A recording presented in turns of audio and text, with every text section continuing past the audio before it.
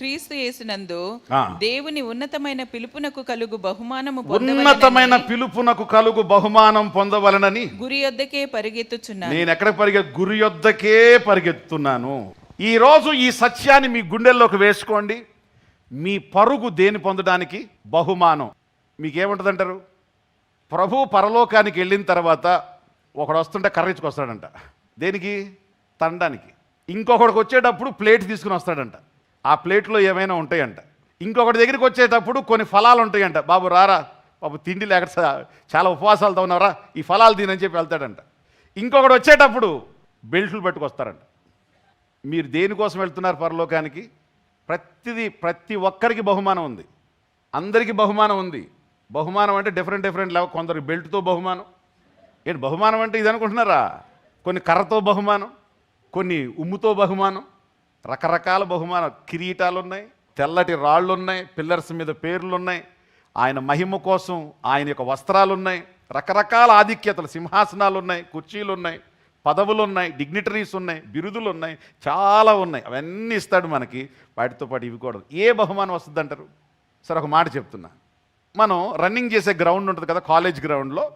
ఒక్కసారి మీరు పొద్దున్నే వెళ్తే రకరకాల మనుషులు, నడిచేవాడు నడుస్తూ ఉంటాడు, జాగింగ్ చేసేవాడు జాగింగ్ చేస్తాడు, పరిగెత్తేవాడు పరుగుతాడు, మూలన కూర్చుని వీళ్ళందరినీ చూసేవాడు ఒకడు ఉంటాడు, ఊరికే కూర్చుని ఈగలు దొలికినాడు ఇంకోటి ఉంటాడు, వీళ్ళ గురించి కామెంట్ చేసేవాడు ఒకడు ఉంటాడు, కూర్చుని బాతకాని వేసేవాళ్ళు ఒకళ్ళు ఉంటారు. వీళ్ళందరూ గ్రౌండ్లో ఉన్నోళ్ళే. గ్రౌండ్లో లేనోళ్ళు కాదు వీళ్ళందరూ గ్రౌండ్లో ఉన్నాళ్లే. రేపొద్దున టీవీలో ఎవడు కనపడతాడు? ఇదే గ్రౌండ్లో 100 మీటర్స్ స్ప్రింట్ వేస్తూ పరిగెత్తుతూ కష్టపడినోడు టీవీలో కనపడతాడు. వీళ్ళందరూ మీరు ఎందుకు వెళ్ళారండి గ్రౌండ్ కంటే?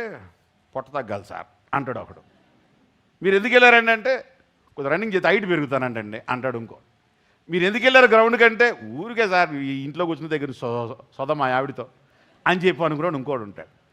బహుమానాల గ్రౌండ్లో ఉన్న వాళ్ళందరూ బహుమానాలు పొందరు. గ్రౌండ్లో కష్టపడినోడు ఒకడే బహుమానం పొందుతాడు. చర్చికి వచ్చిన వాళ్ళందరూ బహుమానం పొందరు. కొందరే పొందుతారు. ఎవరు?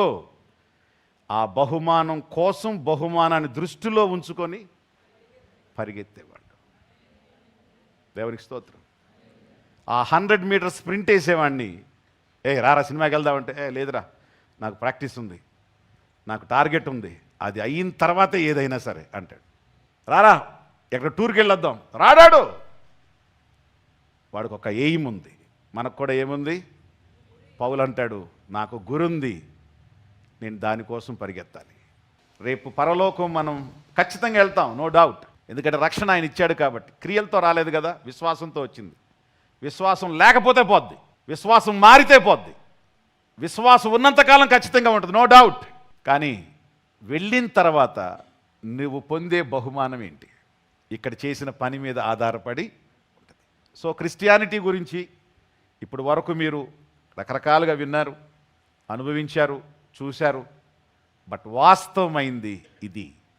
ప్రభువు కోసం సమస్తాన్ని త్యజించి ప్రభువు కోసం నిలిచిన వాడే పరలోకంలో గౌరవనీయమైనటువంటి మనిషి. ప్రభువు కోసం అన్నీ పొందుకొని ప్రభువు కోసం సాక్షిగా నిలబడి చనిపోయినవాడు పరలోకంలో ప్రభువు చేత నిర్ణయించబడిన స్థితిని పొందేటువంటి వాడు. కానీ ఆధిక్యత దేనికంటే దానికే. ఆమేన్.